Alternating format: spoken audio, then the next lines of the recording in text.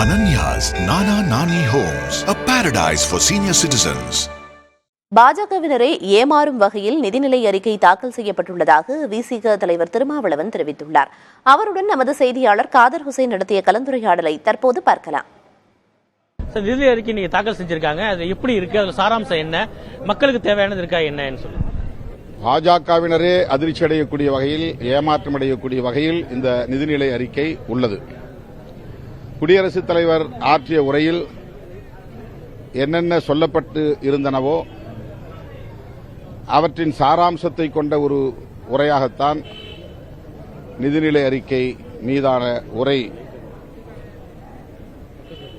திருமதி நிர்மலா சீதாராமன் அவர்களின் உரை அமைந்திருக்கிறது. வெற்று உரை, ஏமாற்றம் அளிக்கும் உரை, சொந்த கட்சியினரே அதிர்ச்சி அடையக்கூடிய வகையிலான ஒரு உரை.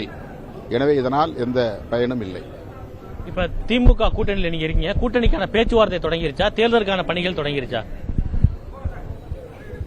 திமுக குழு ஒன்றை நியமித்திருக்கிறது தோழமை கட்சிகளோடு பேச்சுவார்த்தை நடத்துவதற்கென. ஏற்கனவே காங்கிரஸ் கட்சியோடு பேசியிருக்கிறார்கள். அடுத்து ஒவ்வொரு கட்சிக்கும் அழைப்பு விடுக்கப்பட்டிருக்கிறது. 2019 நாடாளுமன்ற தேர்தல், 2021 சட்டமன்ற தேர்தல், அதன் பிறகு நடந்த உள்ளாட்சி அமைப்புகளுக்கான தேர்தல், தற்போது நடைபெறவிருக்கிற நாடாளுமன்ற பொதுத் தேர்தல், அவ்வளவு கட்டுக்கோப்பாக இந்த கூட்டணி இருக்கிறது. இந்தியா கூட்டணியிலும் இந்த கட்சிகள் அனைத்தும் அங்கம் வகிக்கின்றன. இந்தியா கூட்டணிக்கு ஒரு முன்மாதிரியாக இருந்து செயல்படக்கூடிய ஒரு கூட்டணியாக தமிழகத்தில் அமைந்துள்ள திமுக தலைமையிலான கூட்டணி என்று சொன்னால் அது மிகையாகாது. எனவே இந்த தேர்தலில் மீண்டும் திமுக கூட்டணி அங்கம் வகிக்கும் இந்தியா கூட்டணியே வெற்றி பெறும் என்பதில் முழுமையான நம்பிக்கை உள்ளது. கூட்டணிக்கு மக்கள்கிட்ட எப்படி வரவேற்பு இருக்கு? எதிர்க்கட்சிகள் கூட்டணி இருக்காங்க, அவங்க கூட்டணி எப்படி இருக்கு? அதிமுக பாஜக இடையே கூட்டணி அமைந்தது. ஆனால் அவர்கள் நீடிக்கவில்லை, இடையிலேயே சிதறி போனார்கள். இப்போது அதிமுக கூட்டணியில் எந்தெந்த கட்சிகள் உள்ளன, பாஜக கூட்டணியில் எந்தெந்த கட்சிகள் உள்ளன என்பதே கேள்விக்குறியாக உள்ளது.